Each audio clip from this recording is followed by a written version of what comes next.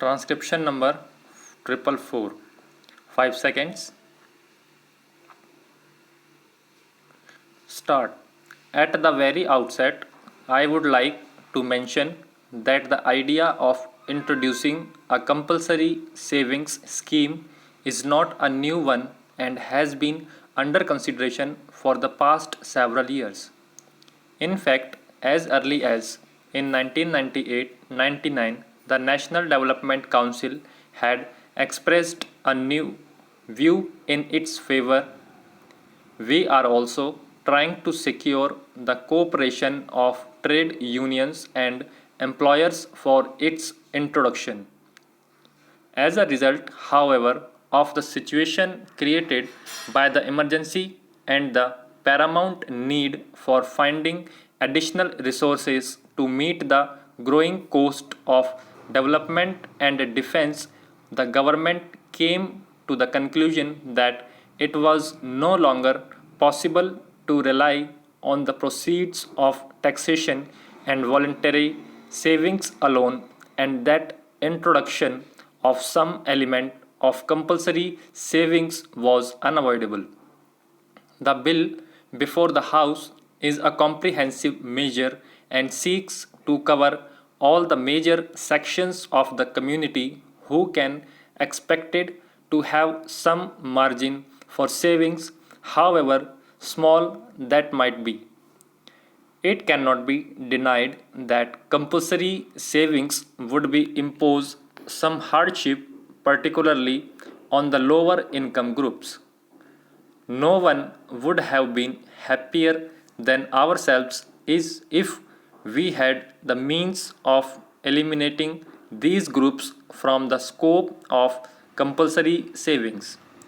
But in our country, by far the major portion of the population is poor, and unless the poorer sections are also made to save, we cannot hope to build the country's future prosperity.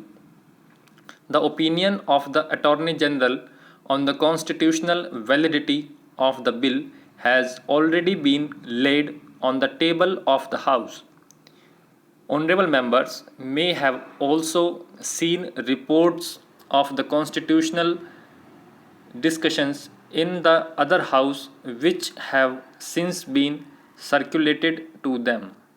I have nothing much to add to these issues except to confirm that, in our view, Parliament is fully competent to legislate on a measure of this type, and that the restrictions which this bill seeks to impose are reasonable restrictions and are in the interests of the general public within the meaning of Article 9 of the Constitution.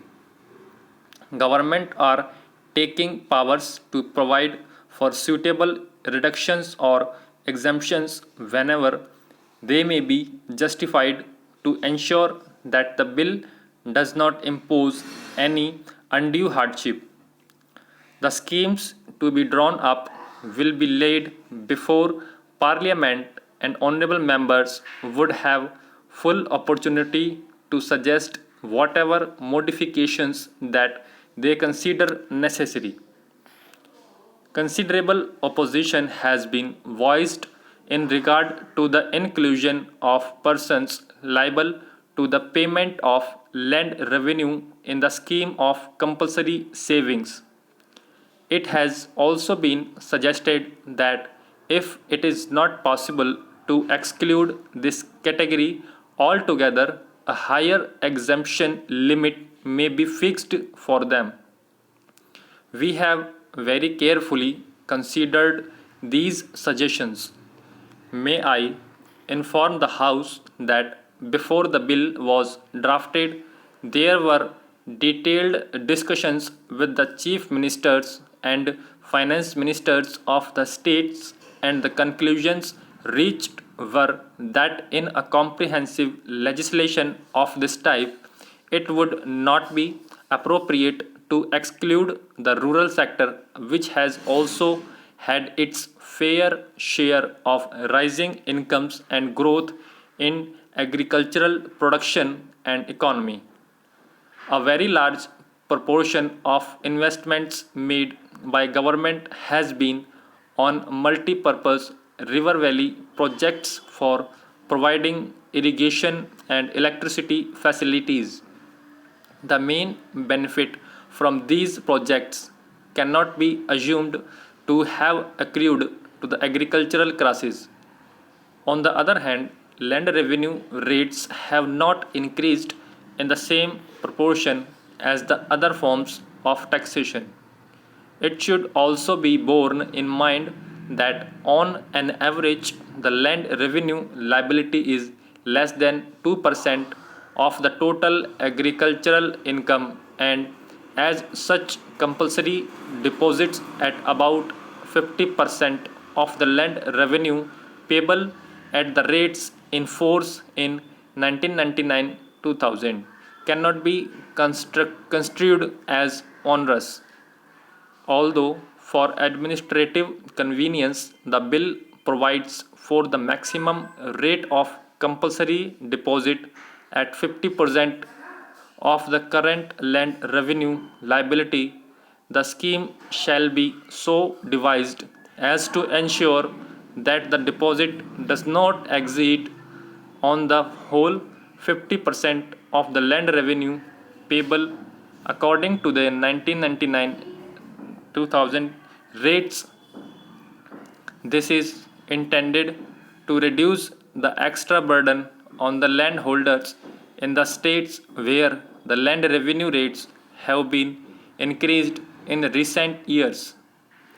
Nevertheless, with a view to removing the hardship on small landholders, we have agreed to exempt those small landholders whose land revenue liability is less than rupees 50 per annum by making necessary provision in the scheme to be drawn up.